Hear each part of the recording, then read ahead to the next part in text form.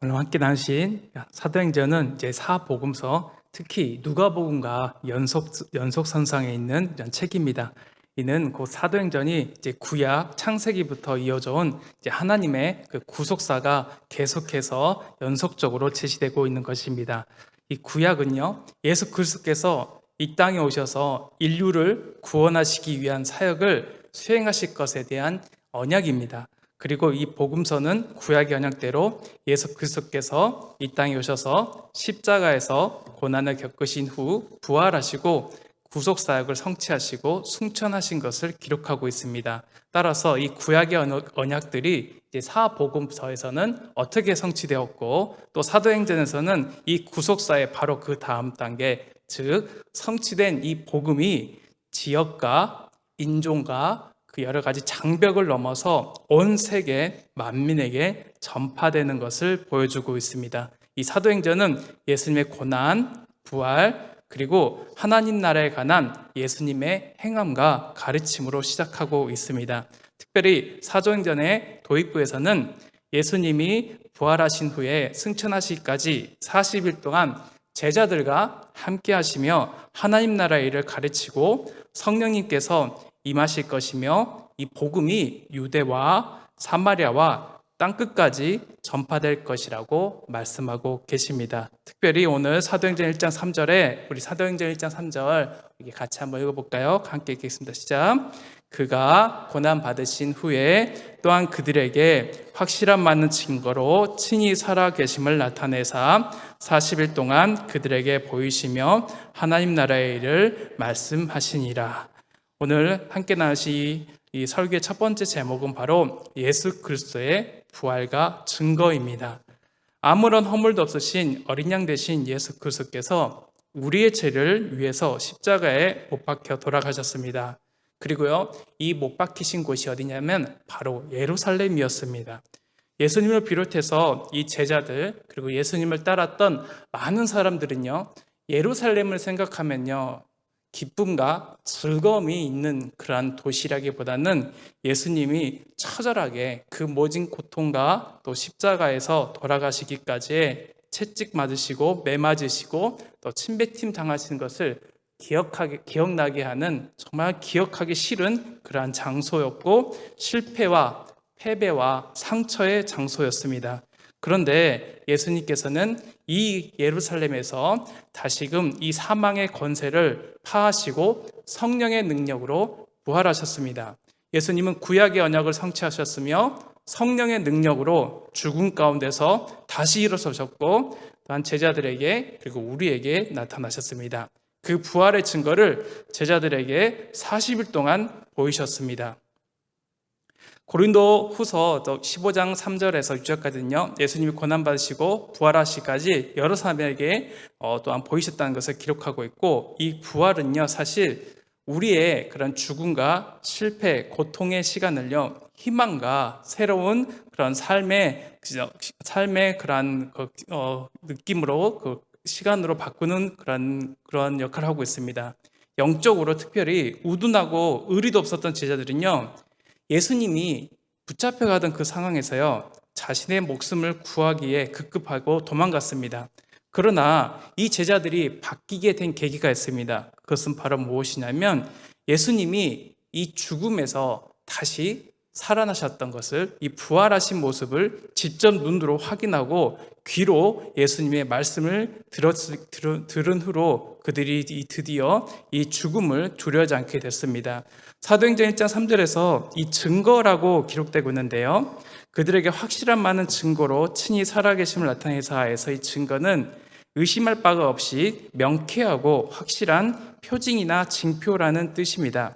예수님이 보여주신 이 부활의 확실한 증거는 과거에 영적으로 우둔하고 비겁했던 예수님의 제자들을 이제 열정적이고 목숨을 아까워하지 않은 이 복음의 전사들로 변화시켰습니다. 물론 그들로 하여금 온전한 이 모습의 사도로 바뀌게 한 결정적인 요인 중에 하나는 사도행전 2장에서 일어나고 있는 오순절 강림 사건이라고도 할 수 있습니다. 하지만 예수님이 부활하시고 승천하시기까지의 40일 동안 보여주신 확실한 많은 증거 역시 제자들에게 예수님이 진정한 하나님의 아들로서 이 사망의 권세로부터 구원하실 분임을 확실히 믿게 하는 결정적 요인이 되고 있습니다.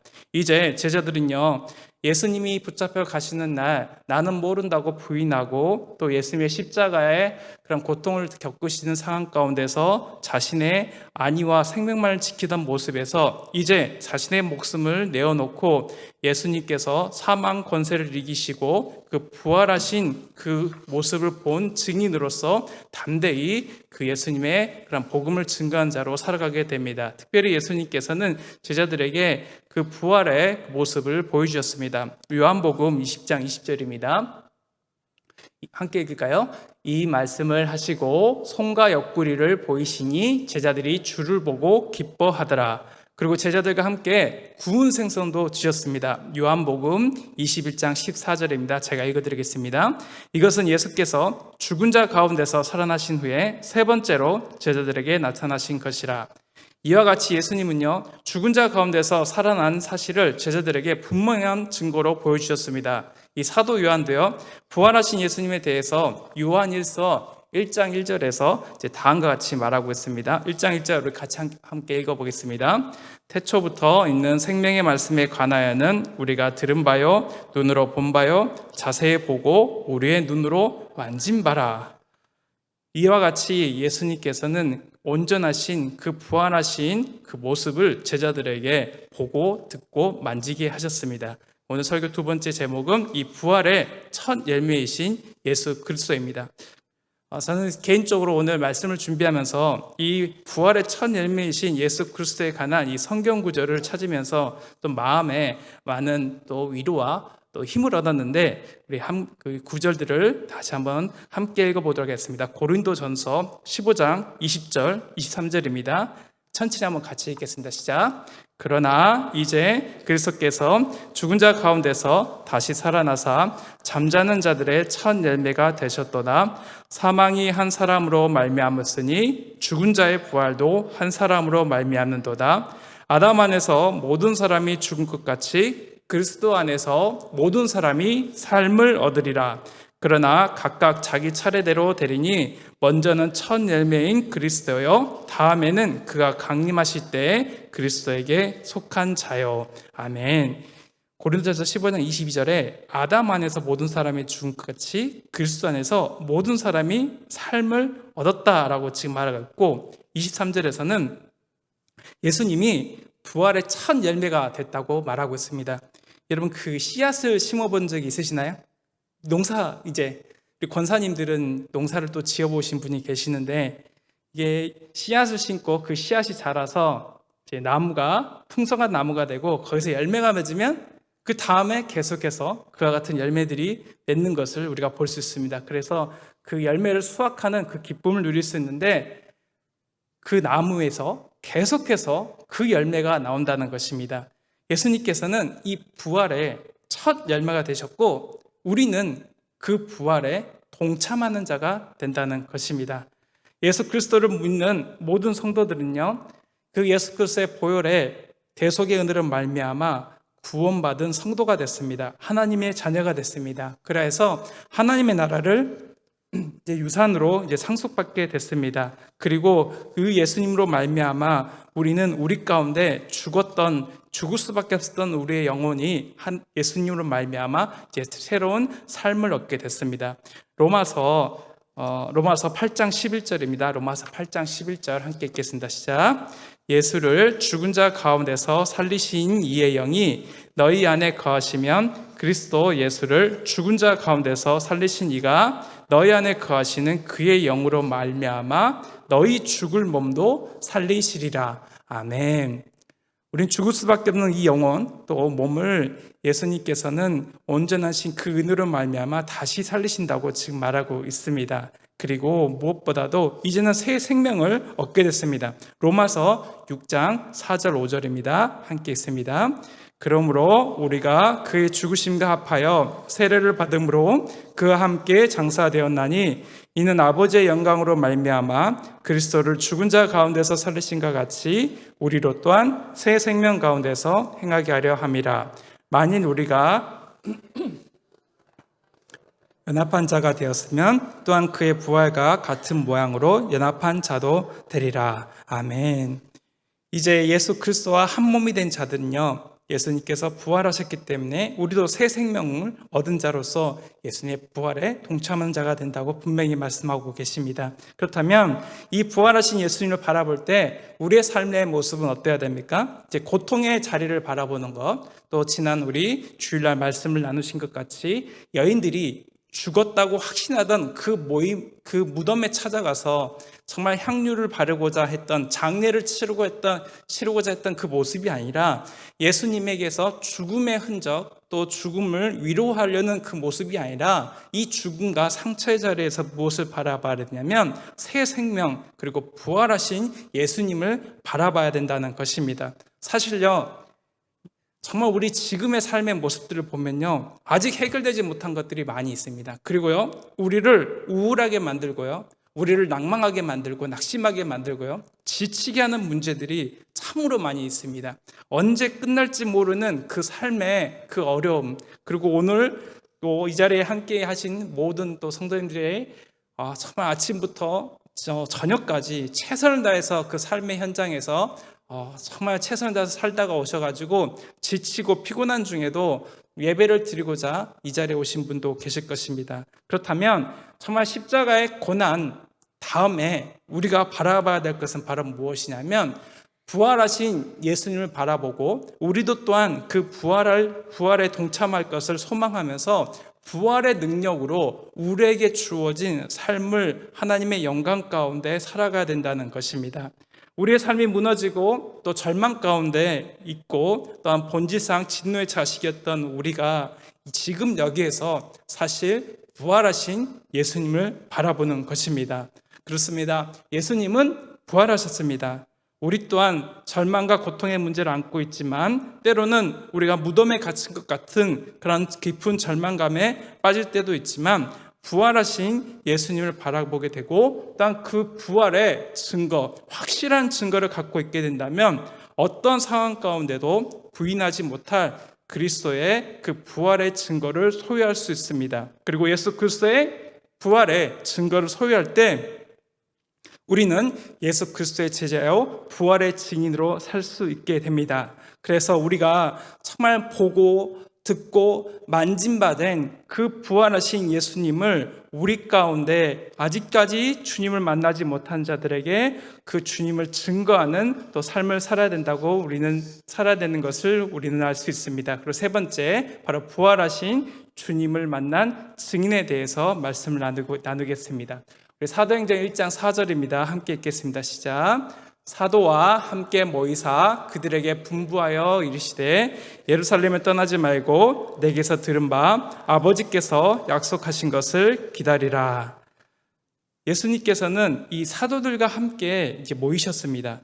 이 함께 모였다라는 그 단어의 뜻은 무엇이냐면 이제 식사하기 위해서 이제 모였다는 뜻이기도 하지만 친한 사람들이 또 식사하면서 교제하는 모습을 표현하기도 합니다. 즉 예수님은요 부활하신 후에 이제 40일 동안 이 땅에서 머무시면서 특별히 제자들과 매우 친밀한 교제들을 나눴던 것을 우리는 보게 됩니다. 그런데 한 가지 좀 특이하지 않습니까? 예수님은 지금 공생의 기간 동안에요, 예수님이 지나가기만 하면 많은 무리들이 예수님을 따르고 환호하고 예수님을 향하여서 경배했습니다. 그런데 정작 부활하신 이후에 예수를 만난 자들은요 특별히 그 제한된 범위 내에서 만났다는 것을 우리는 보게 됩니다. 고린도전서 15장 5절에서 7절에 보면요, 게바에게 보이시고 12제자에게 그리고 500여 형제에게 일시에 보이셨다라고 지금 말하고 있고, 고린도전서 15장 7절에는 그 후에 야고보에게 보이셨으며 모든 사도에게 보이셨다라고 말하고 있습니다.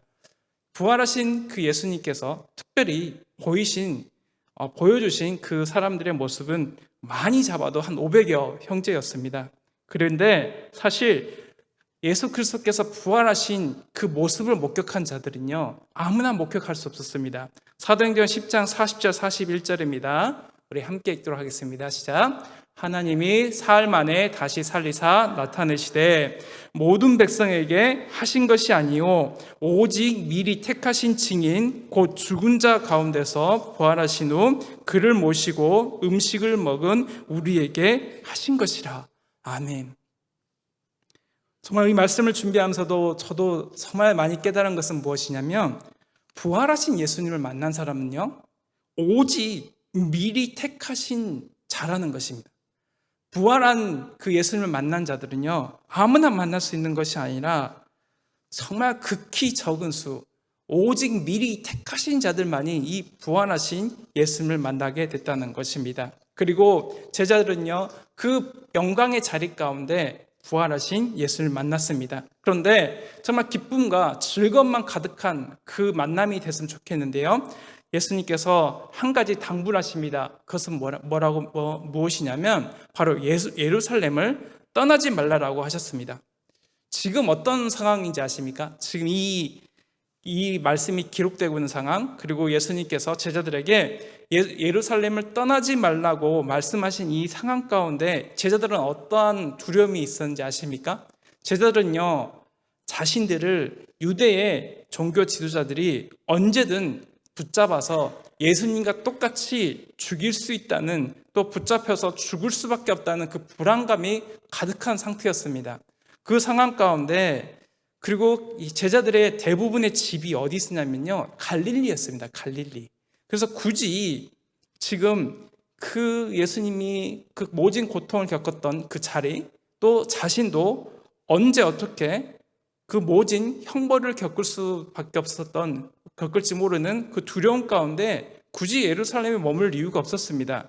그런데 예수님께서는 분명히 이 제자들의 상황을 알고 있었습니다. 그럼에도 불구하고 제자들에게 예루살렘을 떠나지 말라라고 했습니다. 그런데 왜 예루살렘을 떠나지 말라고 했을까요? 그것은 바로 무엇이냐면 아버지께서 약속하신 것, 그 성령을 기다리라고 말씀하셨습니다. 사실 예루살렘은요 예수님이 돌아가셔야만 하는 그런 곳이었습니다. 무엇 때문에 돌아가셨냐면 우리의 모든 죄의 문제를 해결하시고 구원의 출발을 하시는 곳이 바로 예루살렘이었습니다. 즉 예루살렘은 죽음과 절망과 고통의 장소가 아니라 구원의 출발점이며 약속하신 성령님이 임할 장소입니다. 그리고 드디어 이 교회가 출발하는 곳이며 성령으로 말미암아 이곳으로부터 유대로 또한 세계의 각 곳으로 복음이 퍼져나가게 될 복음의 근원지라는 상징적인 의미가 있었습니다. 그리고 이 예루살렘에 드디어 성령이 임했을 때 사도행전 1장 8절에 보는 것처럼 우리 함께 읽어볼까요? 사도행전 1장 8절입니다. 함께 읽습니다. 시작.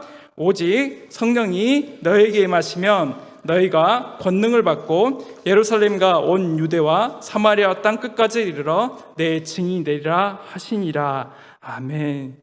정말 이 예루살렘에서 성령이 임하시고 그 권능을 받게 되면 정말 이 죽음과 고통의 장소였던 예루살렘에서 이제 복음이 증거되기 시작합니다. 그리고 자신을 쳤던 그 매몰차게 대했던 이 종교 지도자들이 있는 곳에서 이 곳인 예루살렘에서 복음이 증거되게 됩니다. 베드로가요 예수님을 3번 부인했잖아요. 3번 부인했거든요. 그런데 이제 사도행전이 좀 진행되다 보면 어떤 일이 나냐면 베드로가요 예루살렘에 그 종교 지도자들이 가장 많이 모이는 곳에서 예수가 그리스도라고 선포합니다. 그게 어떤 장소냐면 예루살렘의 성전 미문에 앉아있는 안진뱅이를 일으킵니다. 그런데 그때가 어느 때였냐면 예배하러 가는 그런 시간이었습니다. 즉 베드로는요 지금 종교 지도자들이 예배 드리러 가는 그 시간, 가장 많이 모이는 그 시간에 예수님을 모른다고 그 여종 하나를 놓고 내가 모른다고 부인했던 이 비겁한 이 베드로가요 부활하신 예수님 만나고 성령님을 만나자 어떻게 됐냐면 예루살렘의 중심에서 종교 지도자들과 많은 사람들이 있는 그곳에서 다시는 실패하지 않고 예수 그리스도가 우리 가운데 복음을 또한 구원을 베푸실 그리스도라고 분명히 외칩니다. 그로 인하여서 베드로는 어떻게 됩니까? 감옥에 갇히게 됐고 죽게 될 그런 상황에 됐습니다. 그럼에도 불구하고 이 베드로는요, 이 감옥에 갇혀 있으면서도 찬양하면서 오히려 깊이 정말 평안을 누리는 평안을 누리는 그 시간을 보내게 됐습니다. 정말 우리 가운데 부활하시는 예수를 만나고 성령님을 만나게 되면요, 내가 실패했던 그 자리가 오히려 선포하고 승리하는 장소로 바뀌게 된다는 것입니다. 따라서 우리는요, 내가 지금 이해하지 못하는 그 장소, 내가 정말 이곳은 안 된다고, 이 방법으로, 정말 이와 같은 그런 접근법으로는 도저히 안 되고, 계속해서 실패했고 계속해서 낭망했고 넘어졌던 이 장소에서 언제 죽을지 모르고 붙잡혀갈지도 모르는 이 장소에서 왜 기다려야 되는지 모르는 그 상황에도 불구하고요, 제자들은 기다렸다는 것입니다. 무엇 때문에 그랬습니까? 죽음과 사망과 그 사단의 모든 권세를 이기신 예수님을 그들이 보고 듣고 만진 바 됐다는 것입니다. 그래서 사실요, 부활하신 예수를 만난 사람은 극히 적습니다. 우리가 정말 고난주간에는요, 일주일 동안 사실 새벽에 나와서 또 밤에 주님의 그 고난을 묵상하는데요, 그 이후에 우리의 삶의 모습이 어떻게 되어야 된다면요, 우리는 그 부활하신 예수님을 묵상하고 매 주일 그 부활의 기쁨과 부활의 능력을 덧입고 살아야 된다는 것입니다. 주일은 바로 부활하신 예수님을 기념하는 날입니다. 그래서 매 주일 우리가 이 성전에 나와서 주님 앞에서 예배 드릴 때 가장 먼저 우리 마음가운데 가져야 될 것은 바로 무엇이냐면, 우리를 위해서 십자가에 돌아가심으로 말미암아 하나님의 자녀 삼아 주신 그 예수 그리스도의 은혜에 감사함은 물론이거니와 우리의 그 절망하고 낭망하고 넘어지게 하는 그 자리에서 어떻게 일어서고 어떻게 승리할지에 대한 그 비결을 부활하신 그 예수님의 능력으로 우리가 이길 수 있다는 것을 분명히 깨달아야 된다는 것입니다. 그래서 주일은요, 기쁨과 또 새로운 삶을 허락하시는 그 예수님을 우리가 바라보고 그 능력으로 우리에게 삶을 살아가는 힘을 얻을 수 있는 그 귀한 그 시간이 됐다는 것입니다. 부활하신 예수님은요, 진실한 믿음을 가진 소수의 사람들과만 식사교제를 나누셨습니다. 그리고 500여 명이 분명히 만났다고 했잖아요. 근데 여러분, 그 500여 명이 마가의 다락방에서 함께 기도했나요? 마가의 다락방에서 혹시 몇 명이 모여서 함께 기도했는지 아십니까? 혹시 아세요? 마가의 다락방 120명으로 줄어듭니다. 그렇다면 500명도 우리가 많다고 할 수 있지만 이 500명이 다 마가의 다락방에 모여서 기도하지 않았습니다. 그 500명에서 더 줄어듭니다. 몇 명이냐면 120명으로 더 줄어드는 것을 우리는 사도행전 1장 12절에서 15절에서 볼 수 있습니다. 특히 사도행전 1장 15절에 보면요, 우리 함께 읽어볼까요? 사도행전 1장 15절입니다. 함께 읽습니다. 시작.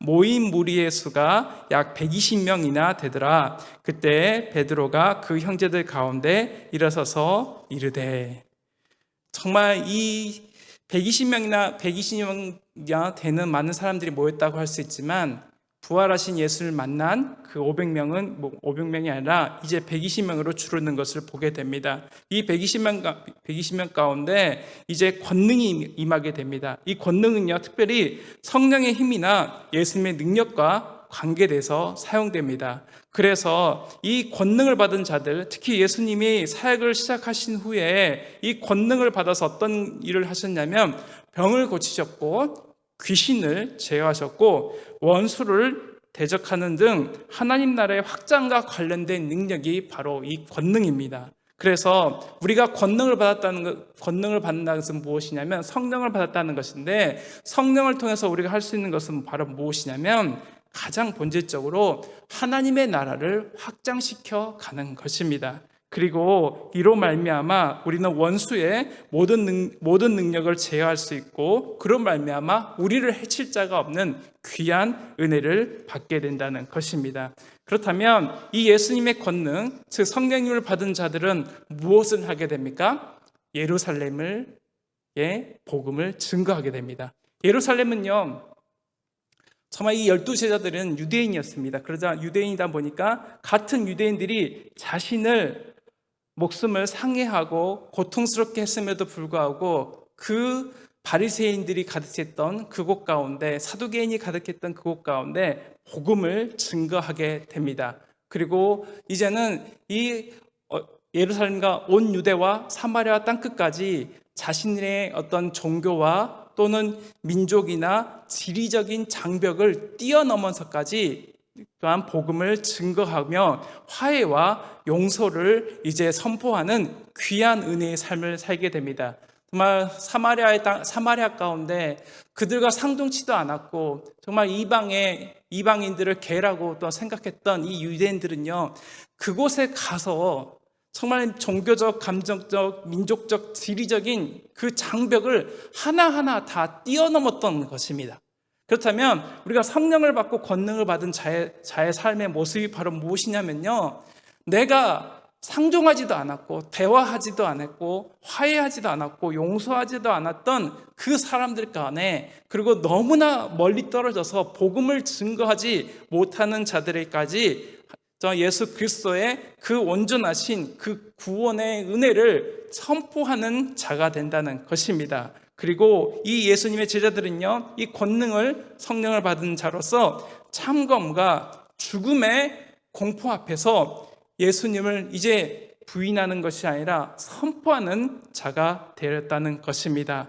땅끝까지 이르러서 복음을 증거하며 온갖 위협과 핍박이 있는 그 지리적인 장벽까지 뛰어넘으면서 지금으로 말하면 이 선교의 대명령을 수행하게 됐다는 것입니다. 그리고 때로는 이 이스라엘을 멸망시키고 또 이방의 잡족들이 모여서 살고 있던 이 사마리아까지 가서 복음을 증거하게 되었다는 것입니다. 정말 예수님께서는요, 정말 두텁고 도저히 넘을 수 없는 그 온전한 그 장벽을 허무는 그 온전한 은혜를 제자들을 통해서 이제는 선포하고 하나님의 나라를 확장시켜 갔다는 것입니다. 마지막으로 이 증인은요, 자기가 직접 보고 들은 바를 증언하는 자라는 것입니다. 그렇다면 우리가 예수님의 그 부활의 증인으로 살기 위해서 가장 먼저 해야 될 것은 바로 무엇이냐면요, 예수님을 보고 만나고 들어야 된다는 것입니다. 예수님을 봐야 된다는 것입니다. 이것을 한마디로 만나면 예수님을 만나야 된다는 것입니다. 예수님을 인격적으로 나의 주님이요 나의 구주로 영접하고 그 예수님을 온전히, 예수님이 누구시고 나를 위해서 무엇을 하셨는지 증언하는 자가 되어야 된다는 것입니다. 그래서 단순히 입으로만, 때로는 예수를 만나지도 못하고 행위로만 예수님이 말씀하신 것들을 하는 것이 아니라 정말 예수를 만난 자로서 예수님이 어떤 분이신지 분명히 아는 자로서 그 보고 들은 바를 증언하는 삶을 살아야 된다는 것입니다. 따라서 우리가 이제는 부활의 증인으로 살아가야 되는데, 무엇보다도 부활하신 주님을 인격적으로 만나기 원합니다. 부활하신 예수님을 인격적으로 만난 자는 어떻게 되냐면요, 이제 부인하는 자가 아니라 선포하는 자가 됩니다.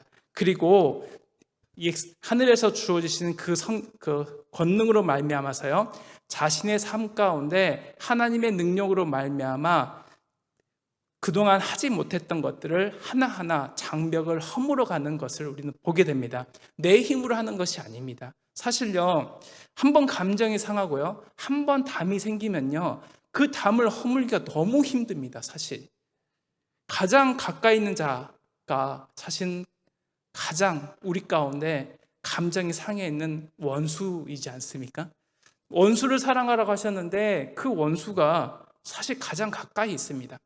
지구 반대편에 있는 그 원수가 아니라 가장 가까이 있는 것, 때로는 우리 가정이 될 수 있고, 때로는 우리 또 교회가 될 수 있고, 때로는 우리 이 나라 이 민족의 그러한 함께 생활하고 있는 이웃이 될 수 있다는 것입니다. 그런데 오늘 말씀을 통하여서 나는 할 수 없지만 주님께서 주시는 그 능력, 그 권능이 임하면 우리는 할 수 있습니다. 그리고 그 은혜로 말미암아 내가 살아남은 물론이거니와 나와 함께하는 이 모든 이들에게 그 예수님의 그 은혜를 끼치는 자로 변하게 된다는 것입니다. 오늘 말씀을 통하여서 예수님이 주시는 위로와 축복이 여러분들 가운데 충만히 임하시길 간절히 소망합니다. 그리고 이제 우리의 삶 가운데 고난이 있고 어려움이 있고 낙심하게 하는 그 모든 문제들 가운데 부활하신 주님을 만남으로 말미암아 새 생명을 덧입어서 그 부활의 능력으로 우리에게 주어진 삶들 가운데 성령의 귀한 열매를 맺는 저와 여러분이 되시기를 간절히 소망합니다.